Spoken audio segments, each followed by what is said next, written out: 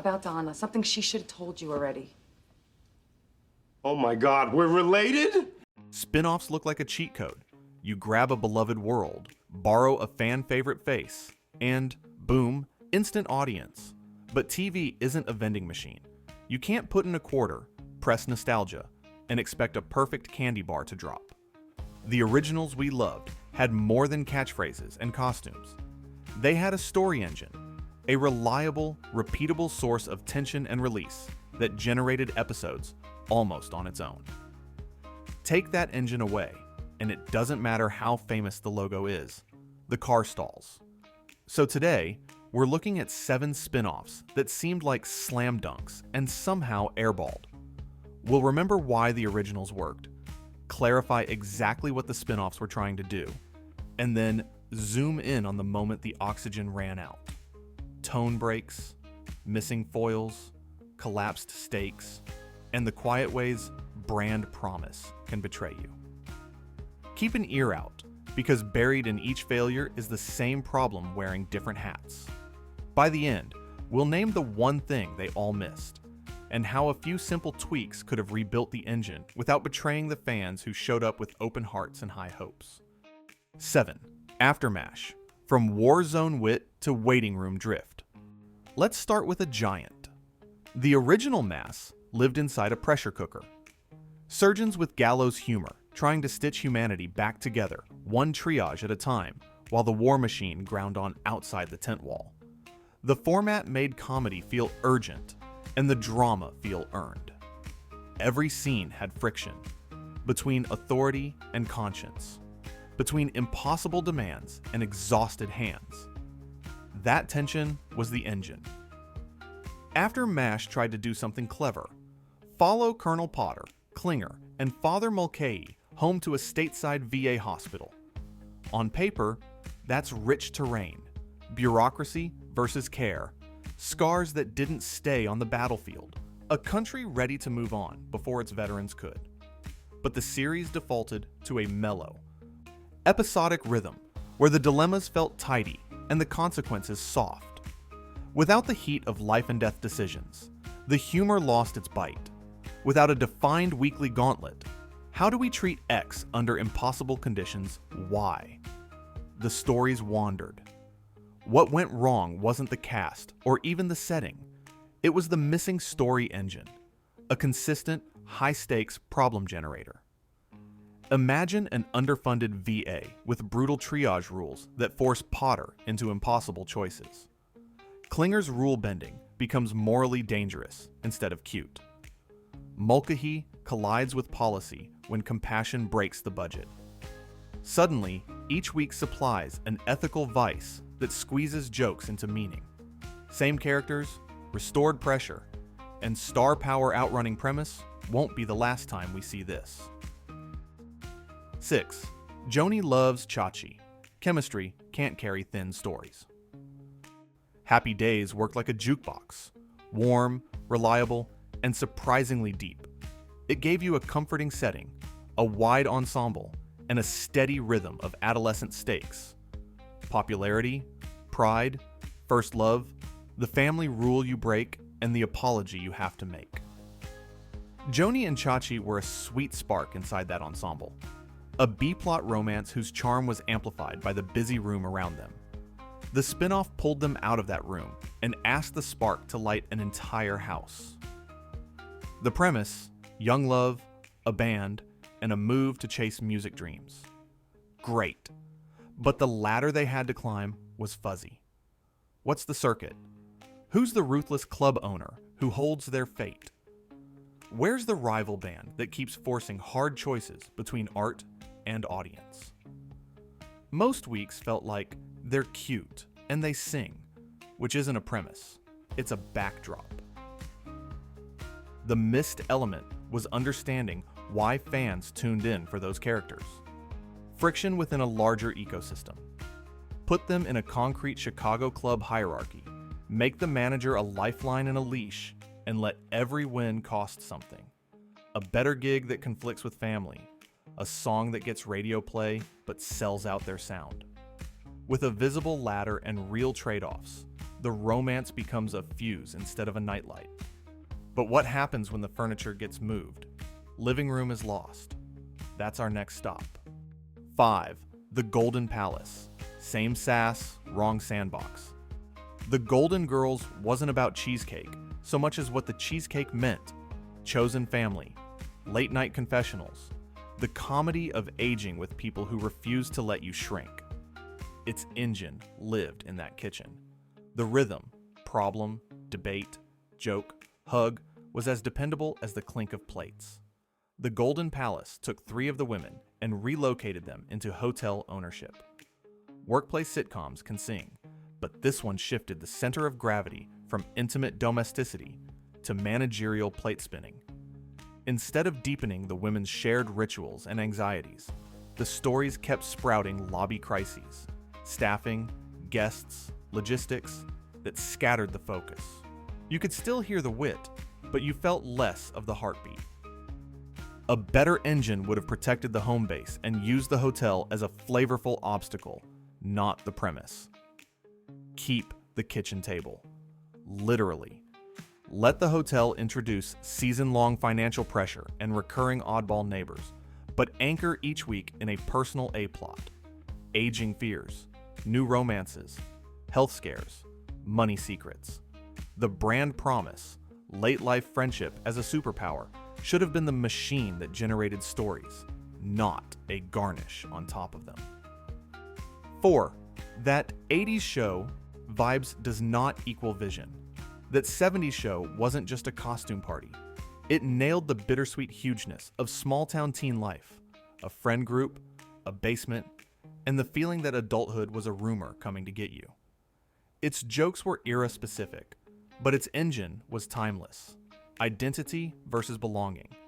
First freedoms versus old rules. Dreams versus rent. That 80s show thought more references equaled more show. Big hair, bigger shoulder pads, jokes about Walkmans and Reagan, sure, but the ensemble lacked a shared, specific pursuit that welded them together. The basement was replaced by vibes, without a concrete lane, music scene, zines, early tech, skate culture. The characters floated from reference to reference like tourists. Pick a lane, and the engine appears. Make it the underground music world. A rehearsal space that becomes the new basement. A gatekeeping record store boss as antagonist. Rival bands poaching gigs. A van that breaks down at the worst possible moment. And the recurring choice between paying rent and pressing the next demo. Period jokes now serve a living premise, rather than patching holes in one. 3. The Bradys. Reboot Whiplash. The Brady Bunch promised comfort, small problems, big empathy, a house where the worst injury might be a bruised ego or a bent bicycle wheel. Its engine was low-stakes morality plays that resolved with warmth and a wink. The Bradys tried to grow that into an hour-long family drama, injecting serious plotlines and flattening the buoyant tone that made the brand safe. On a whiteboard, update for adults sounds savvy. In practice, the tonal contract snapped. Fans who came for reassurance got melodrama instead, and the episodes often bent characters to fit plots, rather than letting familiar personalities generate conflict. There was a path forward. Keep the brand promise while gently serializing. Let money tension quietly arc through a season. Make parenting adult kids messy, but kind. Explore blended family friction without turning it into soap. Each episode still lands softly, but there's a slow burn B story that rewards regular viewing. The engine remains wholesome choices under manageable pressure, just calibrated for grown-up logistics. Mortgages, careers, elder care, handled with Brady optimism. 2. Joey, a side dish served as the entree. Friends worked because the ensemble was a mobile chemistry set.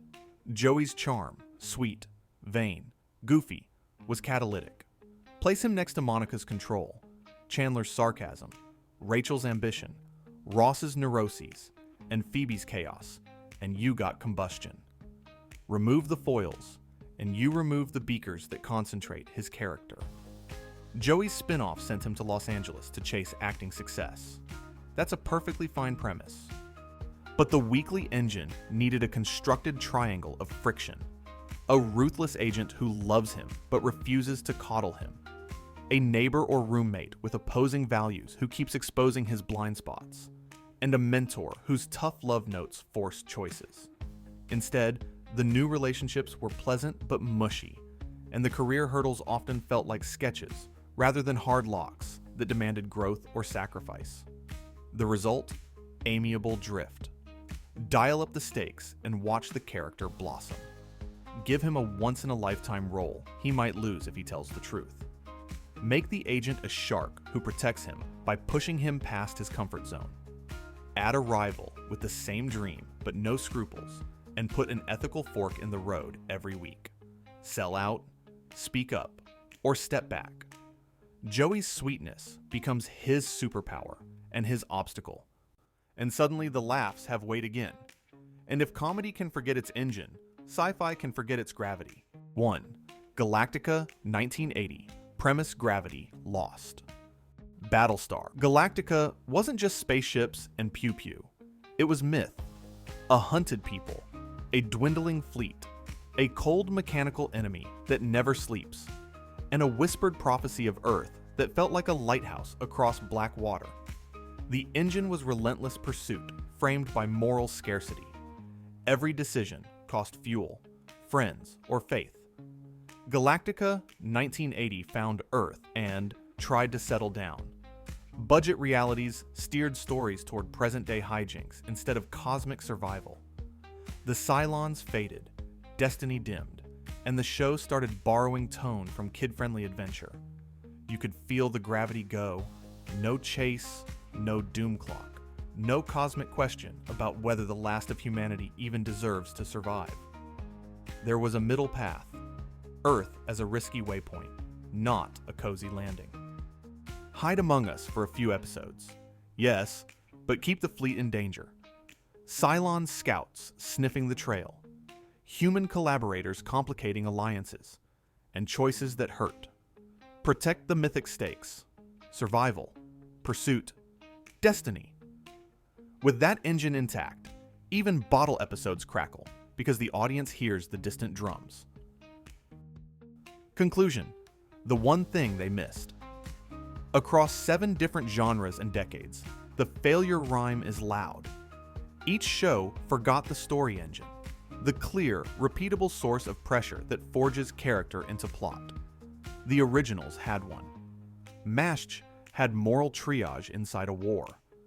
Happy Days had adolescent rights faced with humor and heart. The Golden Girls had late-night honesty among chosen family. That 70s show had a basement where identity wrestled with belonging. The Bradys had gentle dilemmas that always landed on compassion. Friends had a calibrated chemistry lab. Battlestar had mythic pursuit. In the spin-offs, executives kept the furniture and tossed the foundation. Tone isn't an engine. References aren't an engine. Even a great character isn't an engine without counterweights, stakes, and a weekly gauntlet that demands hard choices. When you protect the engine, the laughs hit deeper. The tears feel earned, and the audience knows why to come back next week.